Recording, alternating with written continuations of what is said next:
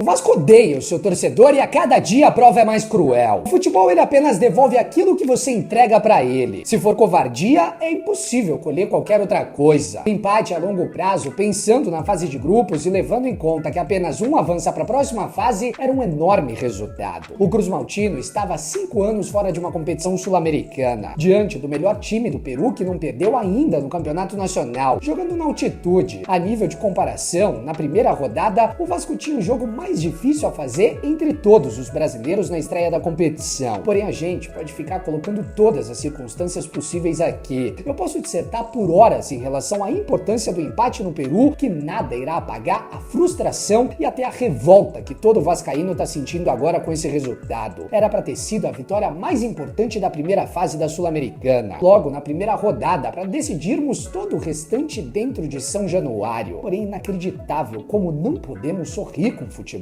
Eu honestamente não esperava 1% de futebol nessa noite. Para mim, não existe análise a se fazer, não era necessário. O Melgar dominou absolutamente todos os adversários que jogaram no seu estádio nessa temporada, inclusive o Cerro Porteño, que venceu lá dentro com gol de pênalti e soube se fechar após isso. Mas toda a maturidade elogiada no fim da partida diante do Santos para segurar o resultado e a bola no campo de ataque no último final de semana inexistiu nessa noite. Eu não consigo aceitar que não conseguimos ao menos segurar a posse de bola, tendo jogadores extremamente superiores, e o erro está no Carille, que não conseguiu comandar a sua equipe, mexeu mal também no próprio time, que não conseguia trocar ao menos 3 passes em campo. Não precisávamos controlar o jogo. A única coisa que a gente precisava fazer é, a cada finalização sofrida ou saída de bola, era conseguir colocar ela no chão e segurar por ao menos alguns segundos para que não ficasse voltando ao gol do Jardim o tempo todo. Até conseguimos fazer isso e o Melgar não criou jogadas no segundo tempo. Porém, sofremos 3 gols de cabeça, que pra mim é inaceitável. Carille não se acovardou quando chamou o Melgar, porque o time peruano já estava no nosso campo o tempo inteiro. O nosso treinador se acovardou quando não soube ler o jogo e permitiu que cruzamentos continuassem acontecendo o tempo todo e deixou que o adversário se aproximasse cada vez mais da nossa área. O técnico foi contratado única e exclusivamente para corrigir o problema defensivo crônico dessa equipe, porque o restante seria corrigido por peças que dão uma luz para a temporada e que decidiram o jogo nessa noite. A partida estava ganha, Carille, mas o único trabalho que o treinador precisava fazer, ele mais uma vez não soube fazer. Como eu falei, eu não esperava 1% de futebol do Vasco no Peru. Eu não queria ideia de jogo e nem nada disso, mas após abrir o 3-1, eu queria ganhar. E o treinador jogou tudo isso no lixo, porque ele não soube nem ao menos ler o que estava acontecendo em campo, para ao menos sair de dentro da área. Ter um técnico ou não ter nessa noite não teria alterado em nada. Mas enfim, a maratona iniciada, não existe mais tempo para se lamentar, porque sábado já tem jogo de novo. 2 coisas que eu gostaria de ressaltar são coisas que eu sempre deixei claro por aqui. Nesse século inteiro, nós tivemos apenas um jogador que faz o que o Felipe Coutinho sabe fazer no meio de campo.